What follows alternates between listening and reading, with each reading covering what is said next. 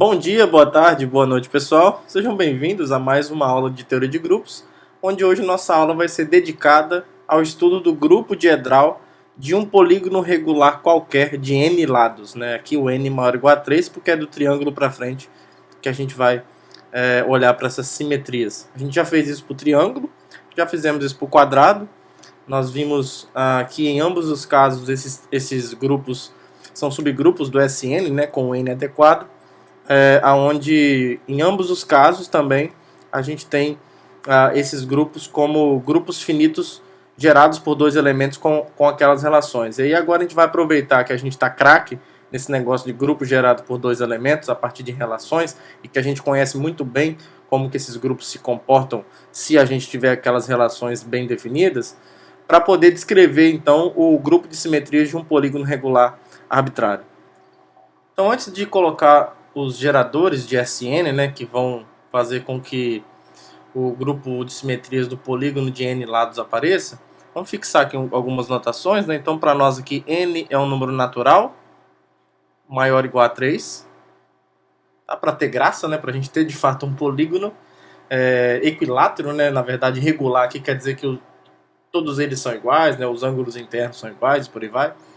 E aí a gente quer descobrir uma maneira de, num polígono de n lados arbitrário, conseguir capturar a essência de pelo menos duas movimentações que a gente pode fazer, ou duas transformações que a gente pode fazer no polígono, de modo a manter a sua estrutura original, né? Então, a gente já fez isso para o triângulo, para o quadrado, e a gente vai tentar aproveitar isso que a gente fez para o triângulo e para o quadrado, para ver se isso inspira a gente a definir de maneira mais geral. Então, deixa eu colocar um polígono regular aqui de n lados. É óbvio que, como esse n aqui não é um número fixado, né? Assim, aliás, ele é um número fixado, mas ele não é explícito. Então eu vou deixar uma parte assim, ó, meio com reticências, porque eu não sei. Definitivamente eu não sei qual é esse polígono. E aqui eu vou numerar esses vértices, como a gente vinha fazendo. Vou chamar aqui de, sei lá, aqui de 1, 2, 3 e por aí vai. Aí até chegar aqui no final, aqui vai ser o vértice n. Esse daqui é o vértice n-1 e por aí vai, certo? Se você lembrar do triângulo e do quadrado, a gente viu que eles tinham uma filosofia em comum nos seus geradores. Tanto o S3, que é o D3, né, que coincide, e o D4, que é o grupo diedral do quadrado, a gente conseguiu eles como gerados por um elemento que era uma rotação de um ângulo, por exemplo, no caso do triângulo, uma rotação no ângulo de 2π sobre 3, ou seja, que é o ângulo 2π dividido pelo número de lados, né, do polígono em questão, que era o triângulo. No caso do quadrado, a rotação que a gente tinha no conjunto dos dois geradores era a rotação de π sobre 2, porque é exatamente o 2π sobre 4. Tá? Então, assim, se a gente tentar importar essa filosofia para cá, é muito natural a gente imaginar que a permutação que responde pela rotação de um ângulo de 2π sobre n, deixa eu colocar aqui esse ângulo aqui, ó. Esse ângulo aqui, ó, se esse polígono tem n lados, eita, deixa eu dar um Ctrl Z aqui. Se esse polígono tem n lados, esse ângulo aqui, ele é um ângulo de 2π sobre n, certo? E aí, uma movimentação que eu consigo fazer nesse polígono que vai manter a estrutura dele do mesmo jeito, só vai trocar os vértices de lugar, é, por exemplo, rotacionar esse polígono num ângulo de exatamente 2π sobre n radianos no sentido anti-horário ou horário. Aqui eu vou escolher o anti-horário por uma mera convenção. Nesse sentido, quando a gente fizer isso, olha só o que vai acontecer com essa rotação. O 1 vai para o 2, o vértice 2 vai parar na posição 3, o 3 vai parar na posição 4 e por aí vai, né? Até chegar aqui, ó, o n-2 vai parar na posição n-1, o n-1 vai parar na posição n, e aí finalmente o n volta para a posição, volta não, né? O n vai para a posição que era a posição do 1. Então a permutação que faz esse papel aqui, ó, se a gente olhar bem, vai ser essa daqui, ó. Então eu vou definir alfa pertencente ao Sn dado por isso daqui, ó, alfa.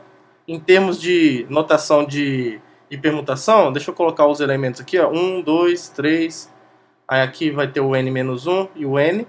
aí o 1 vai no 2, o 2 vai no 3, o 3 vai no 4 e por aí vai. Aí o n-1 vai no n e o n vai no 1. Tá? Ou seja, se você quiser definir de maneira mais precisa, essa permutação faz isso daqui, ó. Alfa de i é o i mais 1.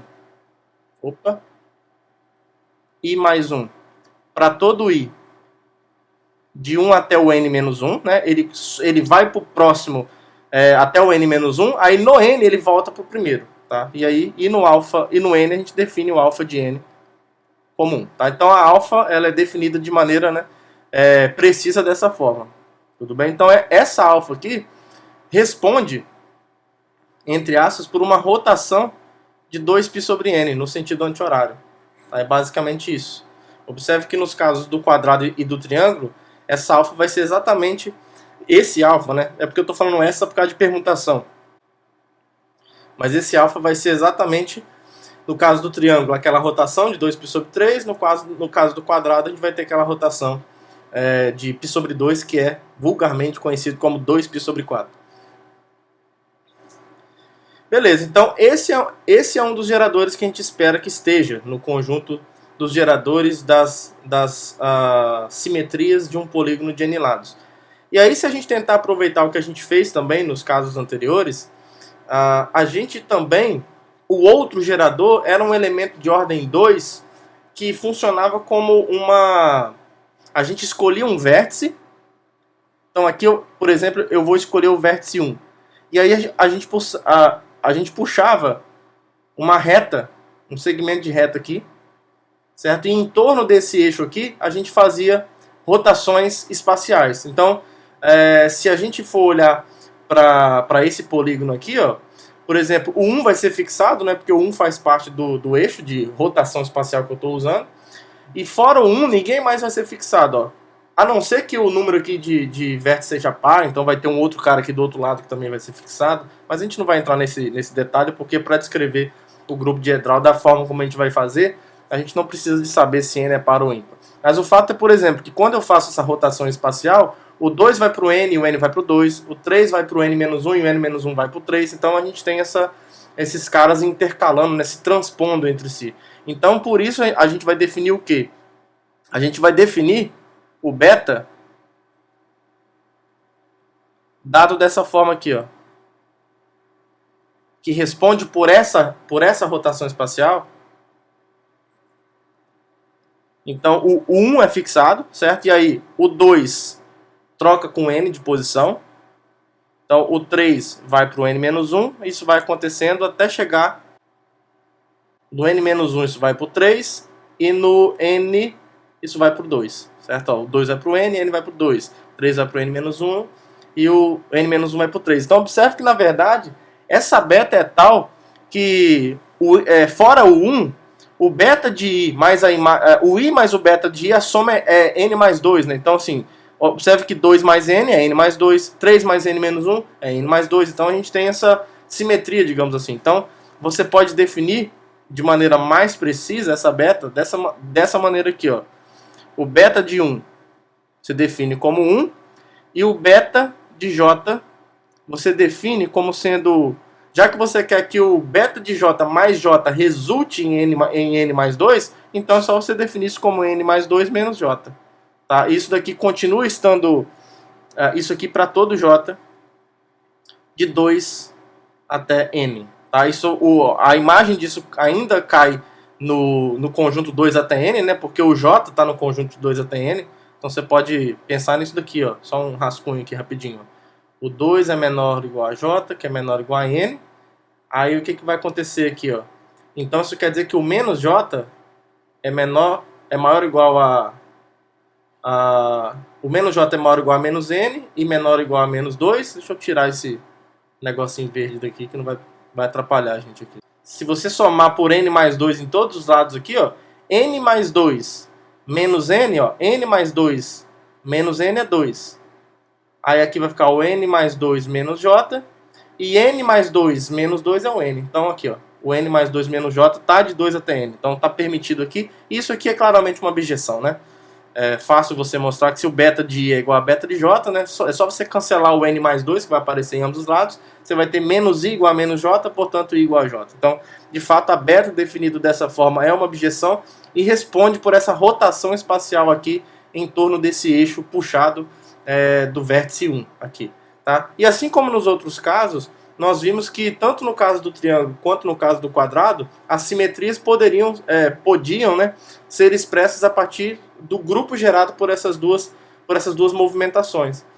Tudo bem? No caso do triângulo, isso coincide com todo o S3. No caso do D4, isso dá um subgrupo de ordem 8 dentro do S4, que é um grupo de ordem 24. Então, no caso do D4, a gente não tem o D4 como sendo todo o S4. Né? Já viu isso? E aqui, então, motivado por essas coisinhas e por esses exemplos anteriores, a gente define, então, o DN.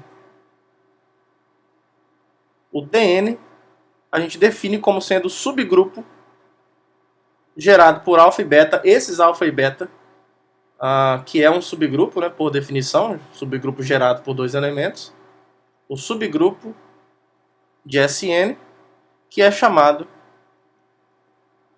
de grupo diedral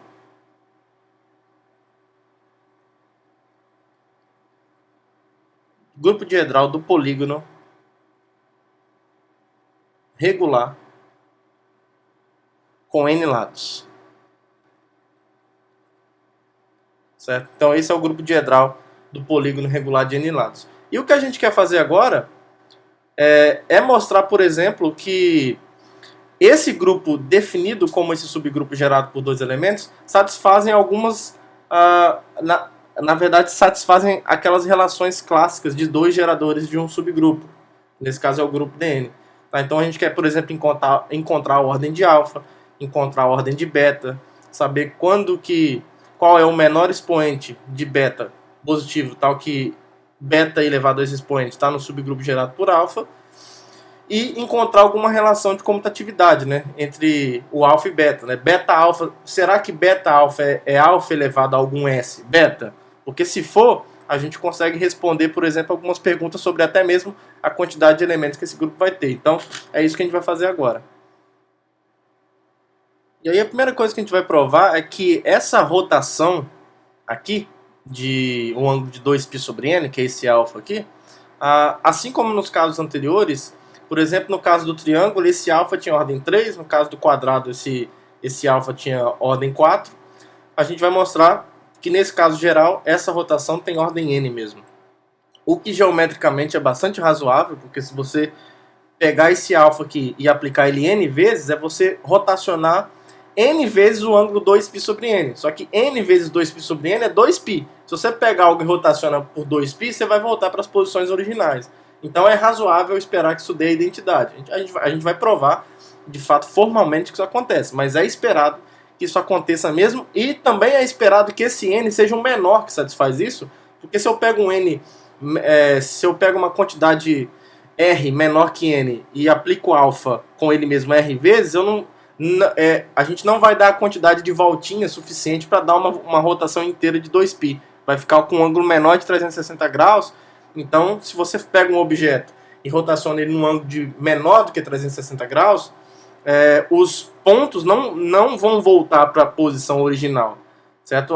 Eventualmente a figura pode se manter a mesma, mas os pontos não vão estar em suas posições originais, porque vai faltar ainda um pedacinho para você rotacionar para chegar em 2π radianos. Tá? Então é isso que a gente vai provar agora, e aí para verificar isso, a gente vai provar um resultado aqui que é preliminar.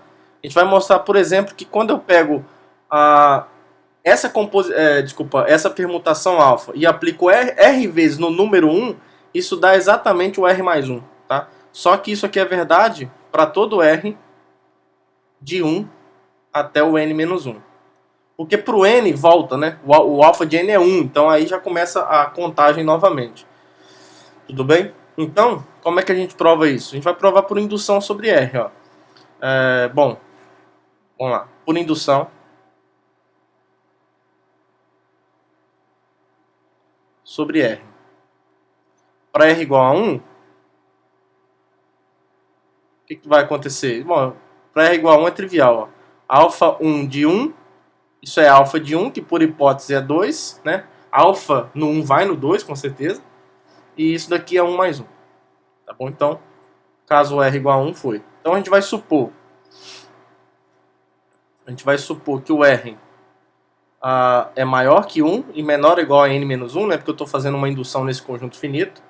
E que o resultado vale para R menos 1. Né? Então, o alfa R menos 1 de 1, isso, por hipótese de indução, isso é R menos 1 mais 1. Vulgarmente conhecido como R.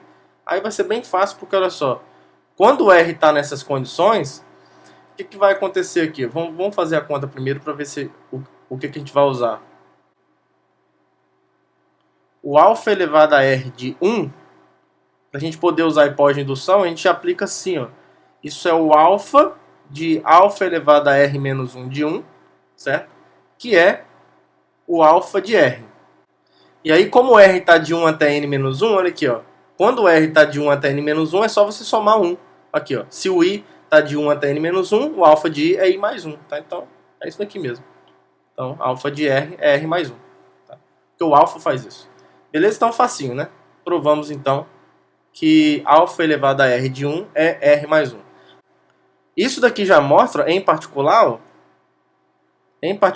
alfa elevado a R de 1, que é o R mais 1, isso é diferente de 1 para todo R pertencente a 1 até N menos 1, certo? Porque se o R vai de 1 até N menos 1, R mais 1 é maior que 1, é estritamente maior que 1. Então, em particular, não pode ser diferente de 1, não pode ser igual a 1, tem que ser diferente. E por que eu estou enfatizando isso? Porque isso aqui está me dizendo que o alfa elevado a R, então, não é a identidade do grupo SN. Tá? Eu vou denotar aqui, né, nesse vídeo o IDN como sendo o elemento neutro. Tá? O elemento neutro de SN. Ou seja, é a função identidade de 1 até N em 1 até N. Tá? Então, o alfa elevado a R não é. Eu acho que eu escrevi que é, né? Não é. Alfa elevado a R é diferente da identidade, porque no 1 não dá 1. E a identidade no 1 dá 1. Tá? E isso acontece para todo R de 1 até o N menos 1. Então, assim, isso daqui já mostra, por exemplo, que a ordem do alfa tem que ser maior ou igual a N. Não pode ser menor que o N. Tá? Porque se fosse, o alfa elevado a esse número que é menor que N seria igual à identidade, eu queria contradizer o que a gente acabou de concluir. Tá? E agora a gente mostra que o alfa elevado a N é a identidade. É a identidade. Porque uma vez que a gente mostrar isso daqui, aliado com essa informação, vai nos dizer então que a ordem de alfa é exatamente N, porque o menor está sendo um menor inteiro positivo, tal que a potência de alfa está redundando no elemento neutro do grupo envolvido. E provar isso é equivalente a provar isso daqui, ó, que alfa elevado a N de I é igual a I para todo I de 1 até N. Então a gente vai fazer isso aqui por indução sobre I.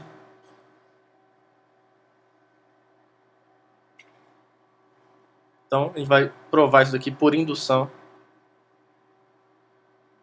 sobre I. Então, para I igual a 1.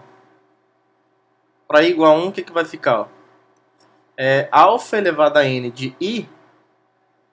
Isso daqui é a mesma... alfa elevado a N de 1, né? Alfa elevado a N de 1 é alfa de alfa elevado a N menos 1 de 1, certo? Aí eu uso esse resultado que a gente provou aqui, ó. Se o R vai até o N menos 1, alfa elevado a R de 1 é R mais 1. É o que está acontecendo, ó. O N menos 1 está ali naquele conjunto de números permitidos para eu aplicar essa propriedade. Então isso daqui é alfa do que? Do N menos 1 mais 1. Aí eu pegar esse N menos 1 e somar com esse 1 que está aqui dentro. Que é exatamente o alfa de N, e a gente sabe que o alfa leva o N de volta no 1. Então olha aqui, ó. Alfa elevado a N de 1 é igual a 1, como a gente queria.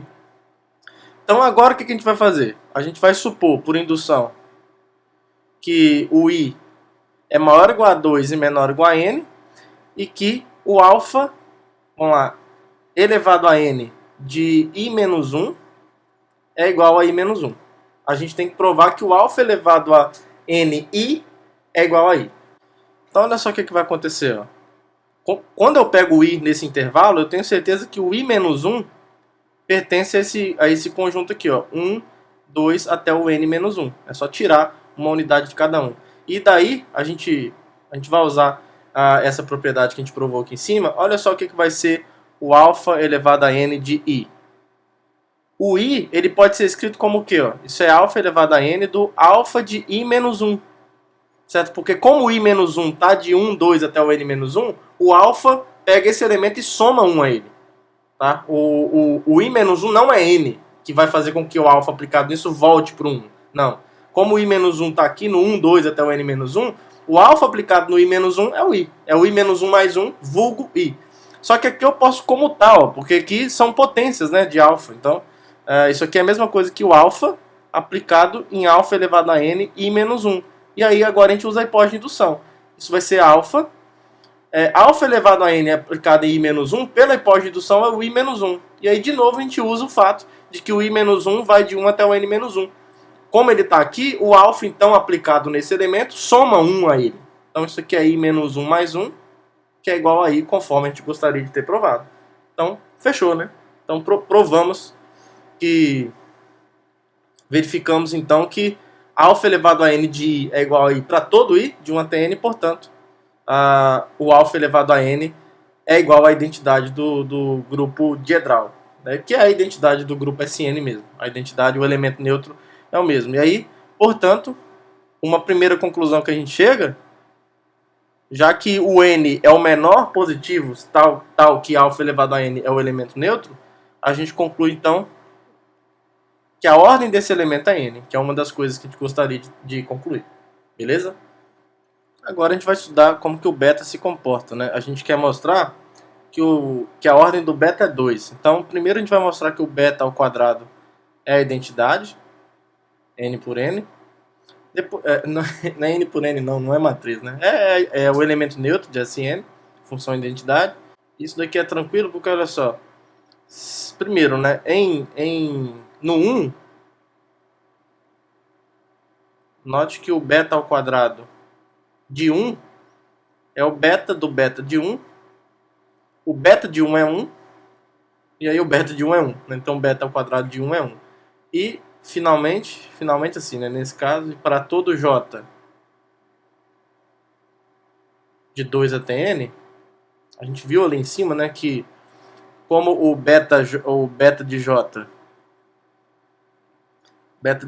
pertence também a esse conjunto de 2 até n, então, o que é o beta ao quadrado de j? A gente quer mostrar que isso é j, né? Bom, isso é o beta de j, que pela definição de beta, isso é n mais 2 menos o beta de j. Só que isso vai ser n mais 2 menos... O beta de j é n mais 2 menos j. Então vai ficar n mais 2 menos n mais 2, que é 0, e menos j, que é j. Tá? Então o beta ao quadrado de j é igual a j para todo j de 2 até n. Tá? Então isso fecha, como para o 1 também vale, então beta ao quadrado é a identidade. E, por exemplo, o beta é diferente da identidade, porque isso daqui acontece. Ó. Note que o beta de 2, ele é o n, e a gente está trabalhando com n maior ou igual a 3, né? Então isso daqui é maior ou igual a 3, que é maior que 2, o que implica, em particular, que o beta de 2 é diferente de 2, o que implica que beta é diferente da identidade. Tá? Então, por exemplo, isso prova que a ordem do beta é 2, porque o 2 é o menor expoente do beta para que ele se torne o elemento neutro. E aí agora também, na busca daquelas relações de grupos gerados por dois elementos, falta a gente encontrar uma relação de comutatividade entre esses dois geradores. Né? A gente vai mostrar então, o que a gente vai conseguir mostrar é que beta alfa é exatamente alfa elevado a n menos 1 beta. Tá? É isso que a gente vai conseguir verificar. E aí a gente vai verificar isso em alguns casos primeiro, para depois partir para o caso mais geral. Ó. Então, por exemplo, para o i igual a 1, o beta alfa de 1, lembra que o alfa leva 1 no 2, né? Isso é o beta de 2. E o beta de 2 é n, certo? E o alfa elevado a n menos 1 de beta no 1, isso é alfa elevado a n menos 1, é 1, né? O beta de 1, só olhar aqui em cima. O beta leva 1 no 1, isso. E aí o alfa elevado a n menos 1 de 1, como o expoente aqui é alguém que está no conjunto 1 até o n menos 1, então pela propriedade que nós vimos hoje, isso é n menos 1 mais 1, que é precisamente o n. Então esses dois caras são iguais. Ó. Então no 1, eles são iguais. Então agora a gente vai analisar o caso I igual a n. O que vai acontecer no caso I igual a n? Vamos comparar aqui, ó, beta alfa de n. Isso é beta. O alfa de n, lembra que o alfa é aquela rotação que pega o último vértice e leva no primeiro, né? Aqui, ó, n1. Então o alfa de n é 1 e o beta de 1 é 1, certo? O beta de 1 ele mantém, né, o vértice 1, só ele também. E o alfa elevado a n menos 1 beta de n. O que é o beta de n? Vamos dar uma olhadinha aqui, ó. Beta de n é o 2, ó. Então aqui é 2, vai ser alfa elevado a n menos 1 no 2. E lembra que o 2 é alfa de 1. E aí olha que maravilha que vai ficar, ó. Alfa elevado a n menos 1 composto com alfa é o famoso alfa elevado a n, que a gente já sabe que é a identidade. Então isso daqui é igual a 1. Então olha aqui, ó. 1 aqui e 1 aqui. Então ok também.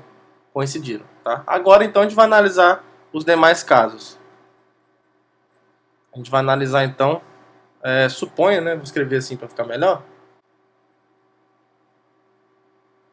Suponha que o I esteja no conjunto 2 até o n menos 1. E aí, para facilitar a nossa notação aqui, eu vou tomar R, só porque a gente vai compor algumas funções aqui, ó, n mais 2 menos I. Como o 2 é menor ou igual a I, que é menor ou igual a n menos 1, então olha só o que vai acontecer. Ó. O menos I, ele é menor ou igual a menos 2, só para a gente poder fazer as coisinhas direitinho aqui. Ó. E aqui vai ficar 1 menos n. E aí o que acontece agora se eu somar n mais 2 em todos os pedaços dessas desigualdades? Né? Então aqui, somado com n mais 2, aqui vai ficar 3, n mais 2 menos i, e aqui n mais 2 menos 2, n, né? Então o r está aqui no meio. Ó. O r está entre o 3 e o n, o que implica que o r menos 1, olha o que vai acontecer. Ó. O 2 é menor ou igual ao r menos 1, que é menor ou igual ao n menos 1. E se isso aqui acontece, é porque então era só isso que eu queria aqui, para esse r. O alfa no r menos 1, como ele está nesse intervalo numérico, isso é o r menos 1 mais 1, que é r. Tá? Então era isso que eu precisava. Então agora a gente vai comparar nesse i qualquer os carinhas. Então vamos lá. Ó. Logo, o beta alfa do i. O i está onde? O i está de 2 até n menos 1. Então aqui eu vou somar mesmo, né? O i mais 1. Isso é beta de i mais 1. E o i mais 1, ó, observe que o i mais 1 está de 3 até n. Então, ele não é 1, né? Então isso aqui não vai ser igual a ele mesmo. Então a lei de formação que eu uso aqui é o que? n mais 2 menos o carinho que está ali dentro. I mais 1. Que no fim das contas dá n aqui. Aí mais 2 menos 1 é mais 1. Menos i, certo? Então dá isso. Então eu vou guardar essa informação. Por outro lado, a gente vai comparar com a outra composição. O alfa elevado a n menos 1 beta de i. O i está de 2 até o n menos 1, né? Então o beta de i vai ser o quê? Alfa elevado a n menos 1. O beta de i vai ser o n mais 2 menos i, certo? Que é alfa elevado a n menos 1. Esse número aqui dentro é o que eu chamei de r aqui em cima, não foi à toa. Não foi à toa. Então isso aqui é alfa elevado a menos 1 de r. E a gente já viu que o r pode ser escrito assim, ó. Isso é alfa elevado a n menos 1 de alfa de r menos 1, que é igual a alfa elevado a n do r menos 1, certo? Aí o alfa elevado a n eu já sei que é a identidade, então isso é o r menos 1. E o r menos 1 é o que? Eu coloquei em algum lugar aqui, é n mais 2 menos i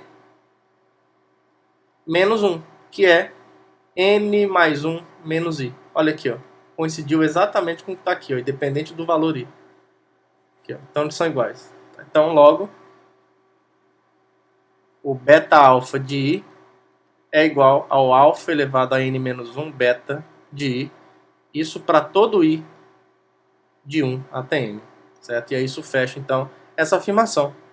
Tá? Então, conseguimos encontrar essa lei, essa, digamos, relação de comutatividade entre esses dois caras. Então, portanto, olha só o que a gente tem aqui. Ó. Portanto, fazendo um resumo do que nós fizemos. A gente tem que o subgrupo, que na verdade é o grupo diedral, é o subgrupo gerado por alfa e beta. A gente tem que alfa elevado a n é a identidade e a ordem de alfa é n, então esse n aqui é mínimo com essa propriedade. A gente sabe que o beta ao quadrado é a identidade que pertence ao subgrupo gerado por alfa. E o beta, que é o beta elevado a 1, não pertence ao subgrupo gerado por alfa. Só estou enfatizando isso porque então esse 2 é o menor com essa propriedade.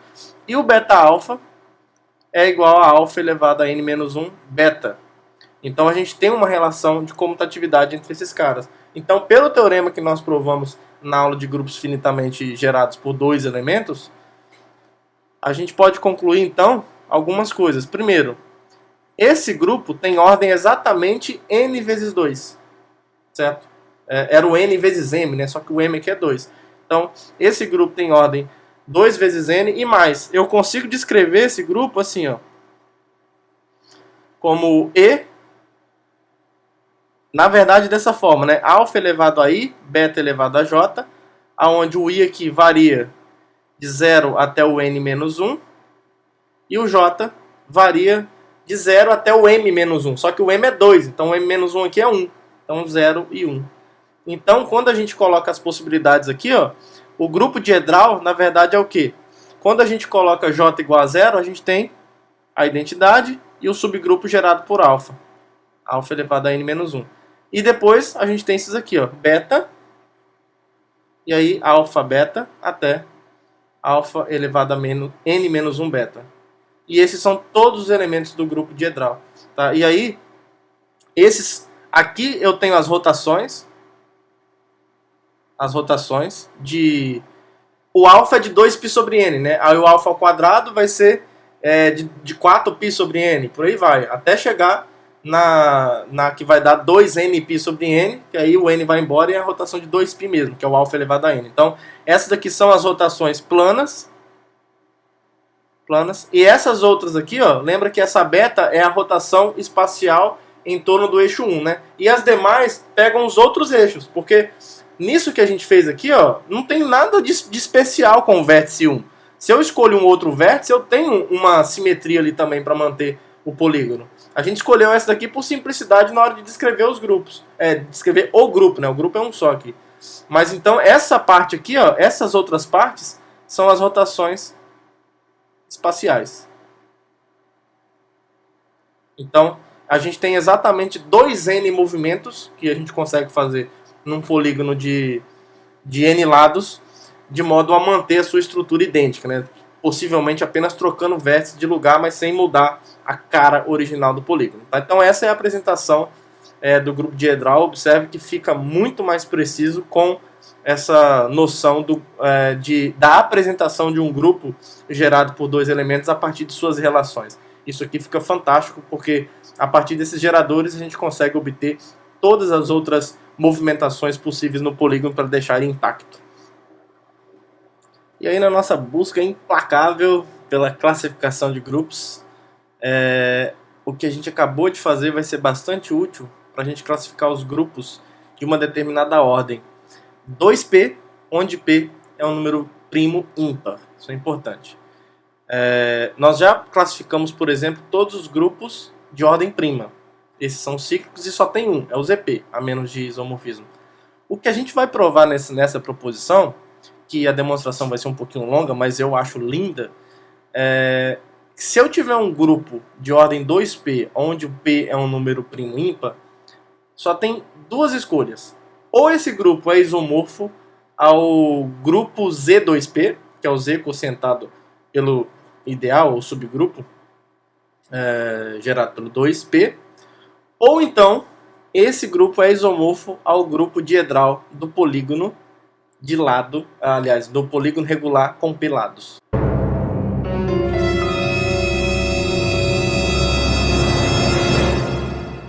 polígono regular com P lados. Seu monstro! Psicopata! Eu e as minhas escolhas duvidosas, questionáveis de notação. Mas eu vou fazer o quê, né? Isso é verdade. Então, isso mostra pra gente que os grupos de ordem 2P não tem muito pra onde correr, né? A gente só tem dois modelos. Ou é o grupo diedral de um polígono, com uma certa quantidade de lados, que é o P, ou é o grupo cíclico Z2P, tá? Então, a gente vai mostrar, a gente vai demonstrar isso nessa proposição. Que diga-se de passagem, é um resultado bem bonito. Bom, e aí tem duas chances, né? Se a gente supor, ou se nós supusermos, que o G é cíclico, a gente já sabe que se eu tenho um grupo cíclico com uma certa quantidade N de elementos, então o G é isomorfo ao Zn. A gente já sabe disso. E aí, como N é o 2P, então o G tem que ser isomorfo ao Z2P. Então, nesse caso, a gente já viu que o G tem que ser isomorfo ao Z2P. O próprio fato dele ser cíclico e ter essa quantidade de elementos não deixa alternativas para ele. Tá? Então, a gente pode supor, então, que o G não é cíclico. E aí a gente começa a brincadeira. Vamos supor, então, que G não é cíclico. E aí o nosso objetivo aqui, pessoal, só porque a demonstração é um pouquinho longa e talvez a gente pode se perder nos nossos objetivos no meio do caminho, o nosso objetivo é provar que ao supor que G não é cíclico, a gente vai tentar encontrar dois elementos em G, de modo que o G vai ser o subgrupo gerado por esses dois elementos, A e B, e mais, esses A e B vão satisfazer, a gente vai provar que esses dois elementos A e B satisfazem relações idênticas a essas aqui que a gente encontrou para o Dn, só que no lugar do N, o P. É isso que a gente vai fazer. Se a gente mostra isso, nós já vimos na aula de grupos gerados por dois elementos, que se dois grupos são gerados por dois elementos e tem relações idênticas entre esses geradores, inclusive a de relação de comutatividade e de como que o segundo gerador, né, se relaciona com o primeiro a partir de uma potência, se os números envolvidos, se as relações forem idênticas, então esses grupos são isomorfos. Nós já provamos isso. Então, o que a gente vai provar é que esse G tem uma estrutura idêntica a essa daqui. Claro que não vai ser esses alfa e beta, vão ser dois elementos lá, A e B, em G. Claro, no lugar do N aqui, o P, né? Então, onde você está vendo o N aqui, lá é o que a gente vai olhar para o P. Então, a primeira coisa que a gente vai precisar é de existir um elemento de ordem P e depois de existir um elemento de ordem 2. Tudo bem? Para depois ver se eles admitem relações idênticas ao que a gente já viu. Então, a primeira coisa que a gente tem que fazer é provar que G admite pelo menos um elemento. Essa é a primeira coisa que a gente vai provar. G admite pelo menos um elemento A de ordem 2. É isso que a gente vai provar. E a gente vai provar por contradição. A gente vai supor por absurdo. Vamos supor que isso não acontece. Então vamos supor que a ordem de x é diferente de P para todo x em G, certo? E aí, como que a hipótese de G não ser cíclico me ajuda um pouquinho aqui agora? Porque, pelo teorema de Lagrange, as ordens de um elemento de G tem que ser um divisor da ordem do grupo como um todo, né? Então, e os divisores de 2P são 1, 2, P e 2P. Só que ninguém pode ter ordem 2P, porque senão o grupo seria cíclico, certo? Então, como G não é cíclico,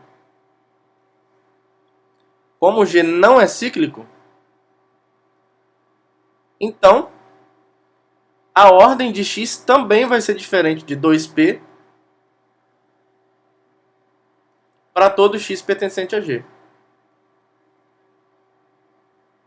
Ninguém tem ordem 2P, porque senão o grupo seria cíclico. Então, ó, não pode ter ordem nem P e nem 2P. Então, só sobrou ordem 2. Tá? Logo, a conclusão que a gente chega é que a ordem de x tem que ser igual a 2 para todo x pertencente a G, claro, né? Exceto o elemento neutro que tem ordem 1. Tá claro? E esse grupo não é trivial, ele tem, inclusive, como o P que é um primo ímpar, ele tem no mínimo 6 elementos, né? Porque o P tem que ser do 3 para cima, então o G tem pelo menos 6 elementos. Então, de fato, existem elementos aqui de ordem 2 e, na verdade, todos os elementos neutros, Desculpa, todos os elementos de X não neutros, né, tem ordem 2, foi o que a gente acabou de ver. E aí, em particular, nós já vimos que num grupo onde todo elemento neutro tem ordem 2, nós já vimos que isso implica que o grupo é abeliano. Tá? Então, isso implica que G é abeliano. E por que isso interessa pra gente? Porque, olha só, como a cardinalidade de G, que é 2P, isso é maior ou igual a 6, porque P é um primo ímpar, eu posso escolher, então, alfa e beta pertencentes a G. Eles não vão ser os geradores que eu quero ainda, tá? Existem alfa e beta pertencentes a G, com alfa diferente de beta, certo? E os dois com ordem 2. Os dois com ordem 2. Tudo bem? E por que isso aqui é interessante? Porque então eu tenho dois elementos de ordem 2 ali. E aí, se eu pegar o subgrupo gerado por esses caras, vou tomar o H, o subgrupo gerado por alfa e beta. Olha só o que esses caras satisfazem. Como o G é abeliano, deixa eu colocar assim, como o G é abeliano, então a gente tem essas relações aqui, ó. O H é o subgrupo gerado por alfa e beta, por definição. O alfa não tem ordem 2, então alfa ao quadrado é a identidade, e o alfa é diferente de E. Aqui, ó. Tá, aqui faltou colocar isso daqui, tá? Eu consigo, mas é claro, se a ordem... Não precisa, não, porque quando eu digo que a ordem de alfa e a ordem de beta é 2, isso é dizer que alfa e betas não podem ser um elemento neutro, né? Mas eu não vou pagar aí não, porque não tá errado. Então alfa é diferente de E, porque eles têm ordem 2 mesmo. O beta ao quadrado é igual a E, e isso está no subgrupo gerado por alfa. E o beta não pertence ao subgrupo gerado por alfa. Por que ele não pertence? Só fazer um comentário rápido aqui, ó. Como o alfa tem ordem 2, o subgrupo gerado por alfa é o E e o alfa, certo? Então, se o beta pertencer ao alfa, ao subgrupo gerado por alfa, ele tem que ser ou E ou alfa. E ele não pode, porque o beta, como tem ordem 2, ele não é o E, e como eu escolhi esses dois caras diferentes, ele não pode ser o alfa. Tá? Então o beta não pertence ao alfa. E por que eu estou enfatizando tanto a isso? Não pertence ao subgrupo gerado por alfa. E por que eu estou enfatizando tanto isso? Porque esse 2, então, é o menor inteiro positivo para o qual beta elevado a ele está no subgrupo gerado por alfa. Tá? E mais, eles têm uma relação de comutatividade trivial, porque a gente acabou de concluir que o grupo é abeliano, debaixo das hipóteses que a gente tem. Então, beta-alfa é o alfa-beta. É só você pegar o S igual a 1. Então, olha só o que está acontecendo. Eu tenho um grupo gerado por dois elementos com todas essas relações sendo satisfeitas. Pela aula dos grupos gerados por dois elementos, isso aqui vai fazer com que a gente conclua que esse logo aqui é um resultado, né, que a gente viu nessa aula. A cardinalidade desse grupo gerado por esses dois elementos tem que ser o quê? Tem que ser esse 2 aqui, que é a ordem de alfa, vezes esse 2, que é o menor inteiro positivo, tal que o beta elevado a ele está no subgrupo gerado por alfa. Então tem que ser 4. Só que agora a gente vai encontrar um problema. A gente tem que encontrar um problema, né? Pelo teorema de Lagrange,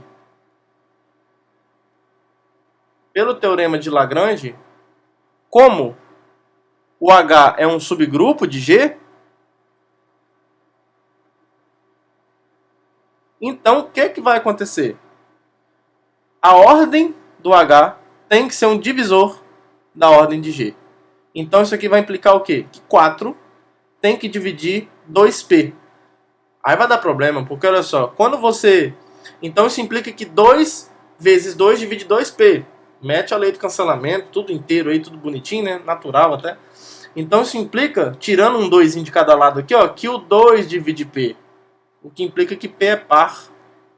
Isso é absurdo, porque a gente está escolhendo trabalhar com um primo ímpar. Então esse absurdo só pode ter vindo de onde? Aqui, ó. Quando a gente assumiu que ninguém tem ordem P. Se ninguém tiver ordem P, dá merda. Esse é o problema. Então não tem para onde correr, tá? Então a conclusão, logo, existe um elemento A pertencente a G, tal que a ordem de A é exatamente P. Então, um primeiro trabalho foi feito. A gente precisava mesmo. Se a gente quer mostrar que o G é isomorfo ao DP, ao grupo diedral do polígono de pelados, a gente precisava encontrar um elemento de ordem P. Agora a gente vai ter que encontrar um elemento de ordem 2 para ver se a gente consegue mostrar que o G é o subgrupo gerado por esses dois elementos e obter aquelas relações. Então vamos lá, em busca do B perdido. A gente vai tomar um B então. Se você olhar para os exemplos que a gente fez nos grupos diedrais, do triângulo e do quadrado, aquele segundo gerador não podia estar no subgrupo gerado pelo outro gerador. Porque senão, como aquele outro era formado por rotações, se ele já está ali dentro, você só ia pegar as rotações planas mesmo. Você não ia capturar as rotações espaciais para montar o grupo diedral todo. Então, mais ou menos inspirado por esse fato, se a gente quer que esse G se pareça com o grupo diedral, a gente vai escolher esse B em G fora do subgrupo gerado por A. E existe, por quê? Porque G tem 2P elementos e o subgrupo gerado por A tem P elementos. Então tem, fora os elementos gerados por A, o subgrupo gerado por A, fora eles tem mais P elementos dentro de G. Então eu posso escolher ali à vontade. Eu tenho um cardápio de P possibilidades ali. E a gente vai ver que, na verdade, qualquer escolha que a gente fizer aqui já vai dar certo, não tem nenhuma preferência aqui. Então, a gente não está colocando nenhuma hipótese a mais sobre esse B. Então tá, vamos tomar B dessa forma, na esperança de que aquele comportamento no grupo diedral possa se manifestar aqui. Então assim, a ordem de B, ou seja, o B é diferente do elemento neutro, né, porque ele não está no subgrupo gerado por A, então ele não pode ser o elemento neutro. E como o G não é cíclico,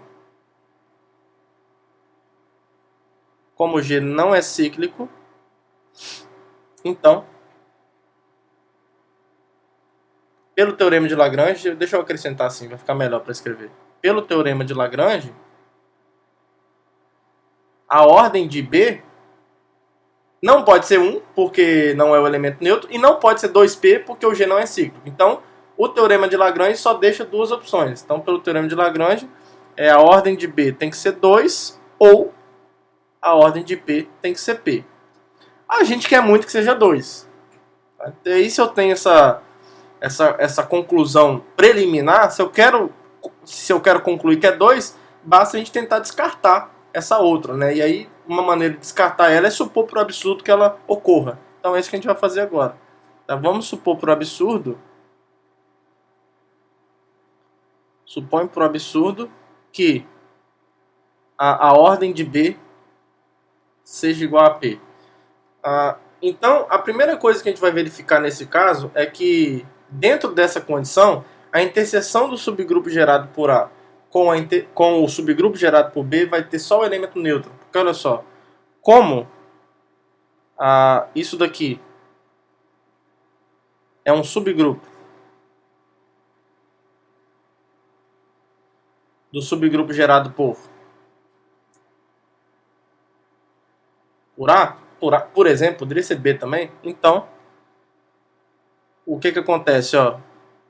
Pelo teorema de Lagrange, novamente, então vou colocar assim, então pelo TL, tá? Pra gente que TL é teorema de Lagrange. Pelo TL, a cardinalidade dessa interseção tem que ser um divisor da cardinalidade do subgrupo gerado por A.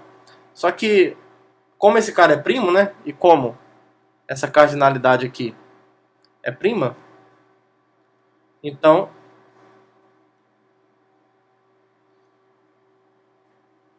tem duas opções. Ou essa interseção tem apenas um elemento, ou essa interseção tem P elementos. Tá? E aí, de novo, a gente quer descartar essa possibilidade aqui. Então, como a gente já está dentro de uma condição de absurdo, eu vou abrir um absurdo dentro do absurdo e tentar fechar ele aqui, para a gente não se perder em qual absurdo que a gente está. Então, se, por acaso, a ordem da interseção for igual a P, se isso acontece, isso também é a ordem disso daqui, ó. O subgrupo gerado por B. É isso que eu quero. Isso. O subgrupo gerado por B. Certo? Porque B eu estou assumindo que tem ordem P, né? Aqui a gente está usando a hipótese de contradição. Agora, é claro que o subgrupo gerado por... que a interseção desses subgrupos está dentro do subgrupo gerado por B, né? E aí se eu tenho uma inclusão e os dois têm a mesma quantidade de elementos e isso é finito, né? A gente não está falando de coisas infinitas. Para o mundo finito, a parte não pode ter a mesma cardinalidade que o todo, né? Se essa parte é própria. Então isso aqui vai ter que implicar que essa interseção tem que ser igual ao subgrupo gerado por B. Só que, em particular, isso vai implicar, então, que o B, que está desse lado direito, está do lado esquerdo. E quem está do lado esquerdo está no subgrupo gerado por A. Obrigatoriamente. Então, isso aqui vai implicar que o B está no subgrupo gerado por A, o que é absurdo pela nossa escolha de B. A gente escolheu um B fora daqui. Tá? Então, isso fecha esse argumento por contradição de que, de fato, essa cardinalidade aqui não pode ser P, portanto, tem que ser 1.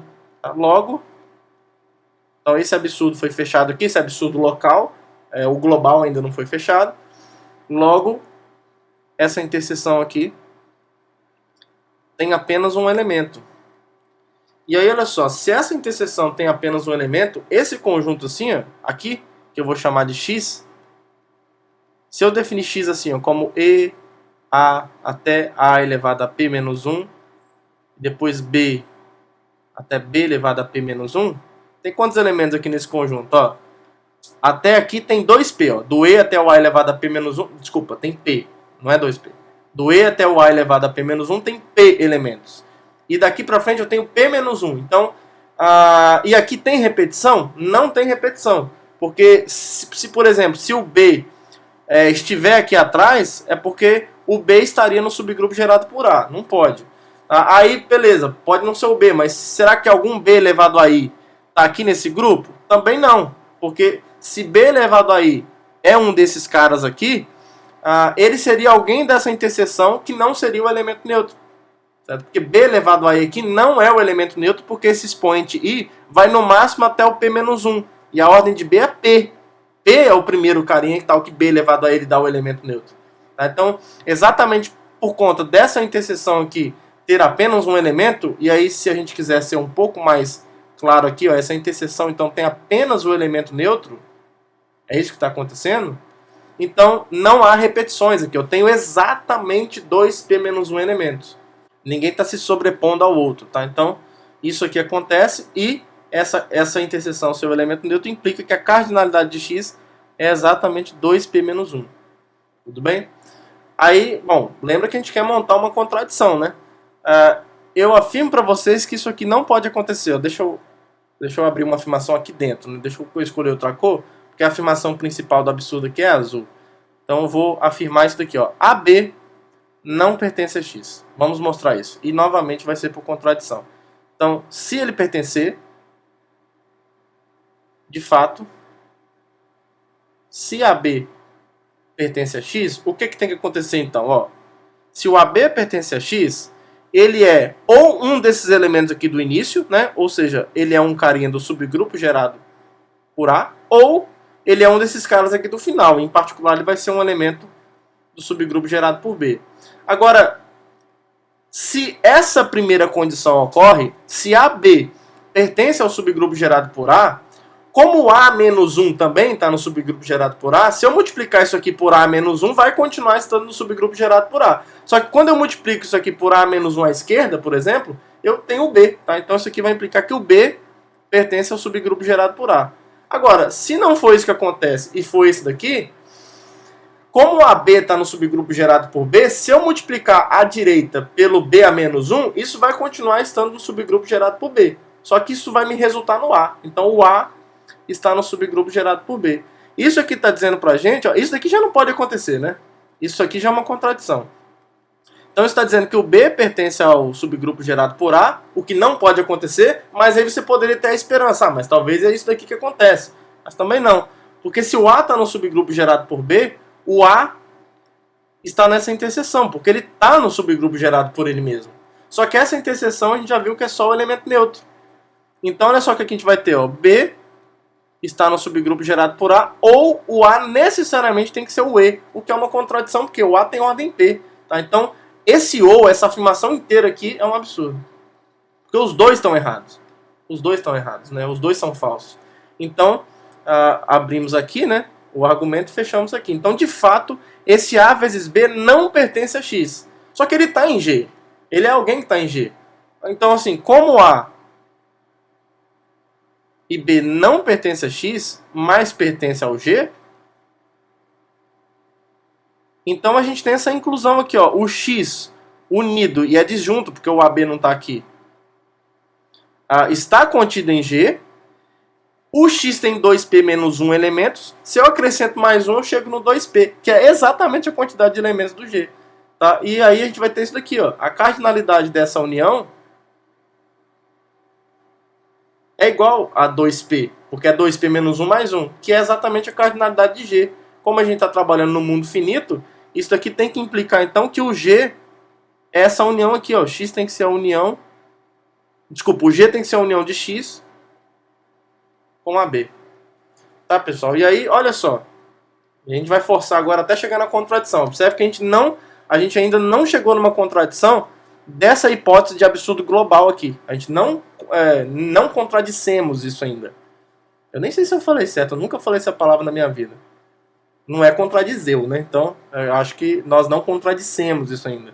Mas se eu tiver errado, alguém, por favor, me corrija aí. A gente ainda estamos dependendo de chegar num absurdo. E ele vai chegar agora. Porque, olha só, como o A ao quadrado AB pertence a G, agora a gente vai chegar lá. Então, o A ao quadrado B tem que pertencer ao X, ou o A ao quadrado B tem que pertencer a essa outra parte, que é só o AB, né? Tem que ser igual ao AB. Agora, se isso aqui acontece, ó, vamos para a parte mais fácil primeiro.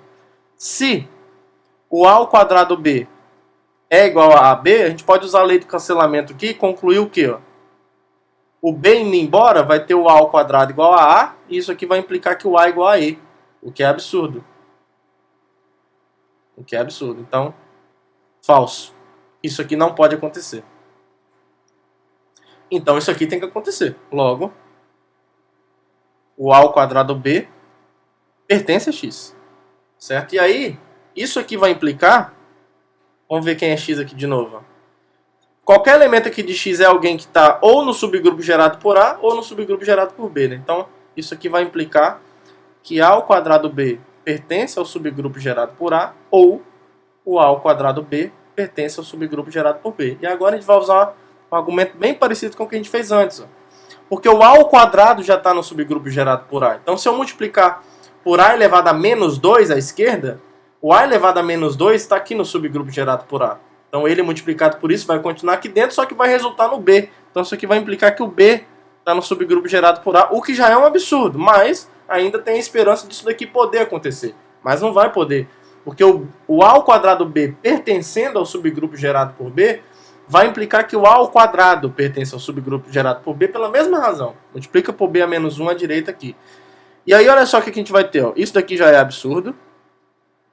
Isso aqui já está errado, né? Porque a gente escolheu o B fora. Aqui, por que isso não pode acontecer? Porque isso aqui me daria um elemento A ao quadrado nessa interseção, que é só o elemento neutro.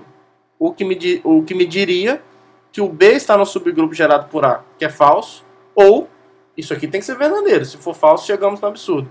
E é falso, porque olha só, A ao quadrado seria o E, e isso daqui estaria dizendo que o P está no subgrupo gerado por A. Como A é diferente do E, isso aqui estaria dizendo que o P, que é a ordem de A, é 2.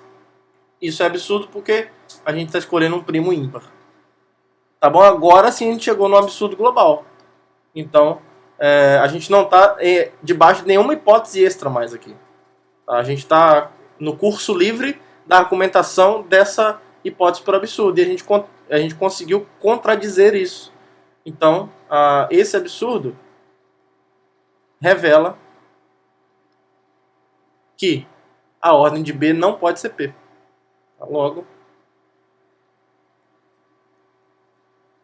a ordem de B é diferente de P e aí não tem escolha. Então, não tem para onde correr, a ordem de B tem que ser 2. Beleza? Então, vencemos mais uma etapa aí nessa demonstração. E nosso próximo passo aqui agora, pessoal, é descrever o grupo G a partir dos elementos apenas que dependem de A e B.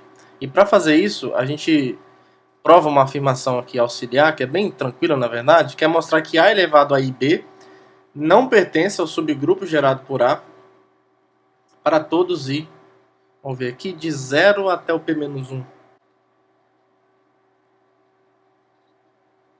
Porque com o I igual a 0 eu teria o B aqui e a gente já sabe que não está.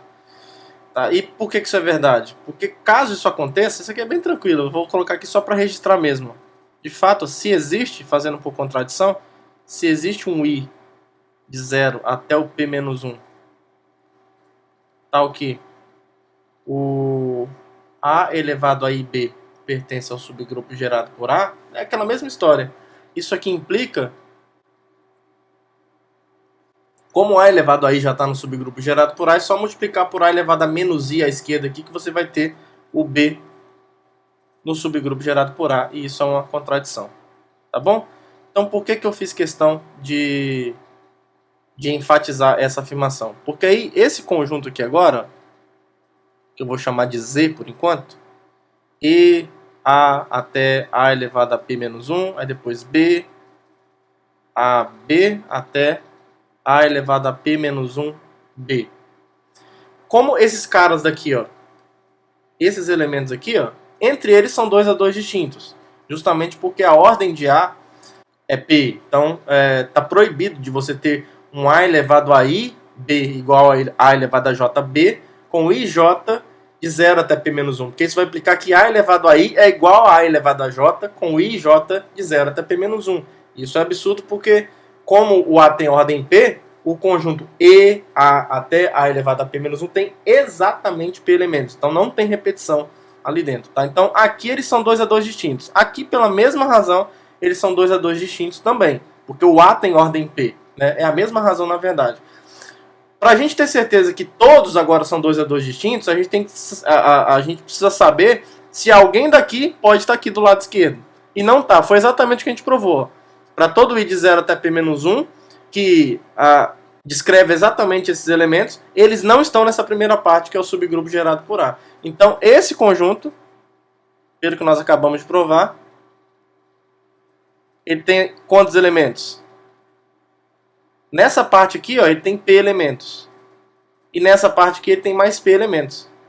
Então, ele tem 2P elementos. E como o Z está contido no grupo G, isso aqui é um subconjunto de G, e o grupo G tem 2P elementos, que é exatamente a cardinalidade de Z, as coisas são finitas, isso aqui vai implicar que o G é precisamente Z. Então a gente tem essa maravilha aqui, ó. Agora, esses A e B que a gente conseguiu são tais que o G é completamente descrito a partir deles. Então o G é precisamente esse conjunto aqui.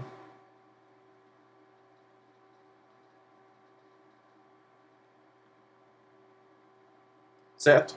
E aí, para a gente conseguir a relação que a gente está querendo, para dar o golpe final e mostrar que G é isomorfo ao DP, a gente tem que provar isso daqui, ó, que o BA é igual a A elevado a P-1B. Porque no grupo diedral do polígono de N lados, é essa relação que é satisfeita com N igual a P, né? Ou com P igual a N. E a gente está no caso específico que o P é primo, ímpar. Então, se a gente mostrar isso daqui, digamos que estamos já com tudo na mão para concluir que o G é isomorfo ao DP. Aí vai ser só aplicar o teorema mesmo. Tudo bem? Então vamos lá. Primeira coisa, ó, se o BA, não pode, né? Se o BA está no subgrupo gerado por A, que é essa primeira parte aqui, ó, subgrupo gerado por A, então isso aqui vai implicar que o B, né? A gente usou esse argumento milhares de vezes aqui, né? O B vai estar no subgrupo gerado por A, o que é um absurdo. Então isso não acontece. Então o que acontece é o seguinte, o BA tem que ser um elemento desse lado direito aqui. Então tem que existir um S de 0 até P-1, tal que o BA é igual a A elevado a SB. Tá? E aí, rapidamente, a gente já vai ver que o S não pode ser 0. Porque, olha só, se S é igual a 0, então É porque o BA é igual a B, né? E aí se o BA é igual a B, usando a lei do cancelamento, o A vai ser um elemento neutro, que é absurdo. Isso daqui é absurdo. Logo, o S pertence a esse conjunto aqui, ó, de 1 até P-1, né? E aí, olha só. A gente quer mostrar que o S é igual a P-1. É exatamente isso que a gente quer mostrar. Se a gente conseguir mostrar que o S é P-1, acabou todo o nosso trabalho. Então vamos lá. Vamos sumarizar o que nós fizemos. A gente conseguiu concluir isso daqui até agora. A gente tem o grupo G, que é gerado por A e B, já que ele tem essa expressão, né? Já que ele tem essa expressão. O A elevado a P... Opa! Isso, ficou melhor assim. A elevado a P é o elemento neutro e esse PI é a ordem mesmo. O B ao quadrado é E. E o B não pertence ao subgrupo gerado por alfa. Então, só para enfatizar que o 2 aqui é o menor inteiro positivo satisfazendo isso. E a gente tem uma relação agora. A gente não sabe bem qual é, mas a gente tem uma relação de comutatividade entre os geradores. E aí, nós vimos na aula lá dos grupos gerados por dois elementos que esse número S, ele tem uma certa dependência com esses números, com o número P e esse M que aparece aqui, que no caso é o 2. Tá? Então, por um resultado, a gente conseguiu duas congruências, mas aqui a gente vai usar uma só, a outra vai levar uma tautologia inútil aqui pra gente. Então, por um resultado, que é esse teorema que nós vimos, necessariamente nessas condições, o S elevado ao M, que aqui é o 2, né? O M aqui é o 2 ao quadrado, tem que ser congruente a 1 módulo o M aqui, que nesse caso é P. Tá? Então isso está dizendo pra gente que o P divide o S ao quadrado menos 1. O que está dizendo pra gente que o P é um divisor de S ao quadrado menos 1, é S menos 1 vezes S mais 1. O que implica dizer que o P divide o S menos 1, graças a Deus o P é primo, né? Então se eu tenho um número primo e ele divide um produto, ele tem que ser um divisor de um dos dois. Então o P tem que ser ou um divisor de S menos 1 ou um divisor de S mais 1. Como o S está aqui nesse conjunto, de 1 até P menos 1, por exemplo, o S menos 1 vai de 0 até P menos 2. Então assim, o P está dividindo um número que vai de 0 até P menos 2. Só vai poder ser o 0 nesse caso. Porque se for um número positivo, como que P vai ser um divisor de algo que é menor que ele? Não tem como, certo? Já que as coisas aqui estão nos naturais. A gente está trabalhando em cima dos naturais aqui. Não tem como, só se for o 0 mesmo. P divide 0. 0 é 0 vezes P, sem problema. E nesse caso aqui, ó, o S mais 1 está em qual conjunto? Está no conjunto 2, 3 até P. 2, 3 até P, o único cara divisível por P aí dentro é o próprio P. Então, se esse aqui for o caso, a gente consegue concluir que o S mais 1 é igual a P e, portanto, o S é igual a P menos 1, que é o que a gente quer concluir. Então, tendo em vista o nosso objetivo e as implicações de cada uma dessas possibilidades, o que a gente quer fazer agora é descartar essa possibilidade aqui. Ó. A gente quer provar que isso aqui não acontece. E aí a melhor forma de você provar que uma coisa não acontece é você supondo que ela acontece e chegar numa contradição. Nessas horas a lógica clássica é muito legal. Então vamos lá. Vamos supor para o absurdo. Suponha para o absurdo. Esse é o argumento derradeiro dessa demonstração. Que o P divide o S menos 1. E aí, como eu falei para vocês, nesse caso, ó, como o S vai de 1 até P menos 1, o S menos 1 vai de 0 até o P menos 2. Aí não tem jeito, gente. Antes do P aqui, o único cara divisível por P é o 0 aqui. Tá? O número positivo não pode ser divisível por ele. Então, necessariamente, o que vai acontecer? Ó? O S menos 1 tem que ser 0. E aí, portanto, o S é igual a 1. Agora, o que quer dizer que o S é igual a 1? Volta aqui para cima. Ó. Isso quer dizer que BA é igual a AB. Certo? Logo, a gente está dizendo que nesse caso as coisas comutam. BA é igual a AB. E aí a gente vai tentar montar uma contradição com isso. Porque olha só, se eu tomar esse elemento aqui, ó, Y igual a AB, a gente observa uma coisinha aqui bem legal. Como o G não é cíclico, então a ordem desse cara não pode ser 2P, né? Então como o G não é cíclico, então a ordem de Y não é 2P. É diferente de 2P. Tudo bem? Agora, o que vai acontecer com essa ordem de Y? Observe o seguinte, ó. A ordem de Y, ela precisa ser um divisor, né? Ela precisa ser um divisor da ordem do grupo. Então, a ordem desse elemento vai ter que ser o quê? Ó? Vai ter que pertencer a esse conjunto. Ó. 1, 2 e P. Não pode ser 2P porque o grupo não é cíclico. Até aí a gente vai ver que em cada uma dessas possibilidades a gente chega numa contradição. Na verdade, não pode. A gente vai ver que a ordem não pode ser nenhum desses caras. Porque olha só, se a ordem de Y é igual a 1, então isso quer dizer que o Y é o elemento neutro, o que quer dizer que o AB é o elemento neutro, o que quer dizer que o B é o inverso de A que está no subgrupo gerado por A. Isso é absurdo. Então está proibido a ordem de Y ser igual a 1. Então pode ser que seja 2. Se a ordem de Y é igual a 2, agora vai ser fantástico, como BA é igual a B, como esses caras comutam, então isso aqui acontece. Ó, o E é AB ao quadrado, só que quando A e B comutam, o que acontece? O quadrado do produto é o produto dos quadrados. Na mesma ordem, inclusive. A ao quadrado, B ao quadrado. Porque comuta, a gente pode usar essa igualdade aqui. Ó. Só por isso. Só que o B tem ordem 2, né? Então isso aqui vai ser A ao quadrado vezes Z, que é igual a A ao quadrado. O que implica que A ao quadrado é igual a E. O que é absurdo, porque a ordem de A é P, né? E P, isso aqui implicaria que o P divide 2, né? Só que o P é um primo ímpar, ele não pode dividir o 2, ele não pode ser igual a 2. Tudo bem? Então isso daqui também implica numa contradição.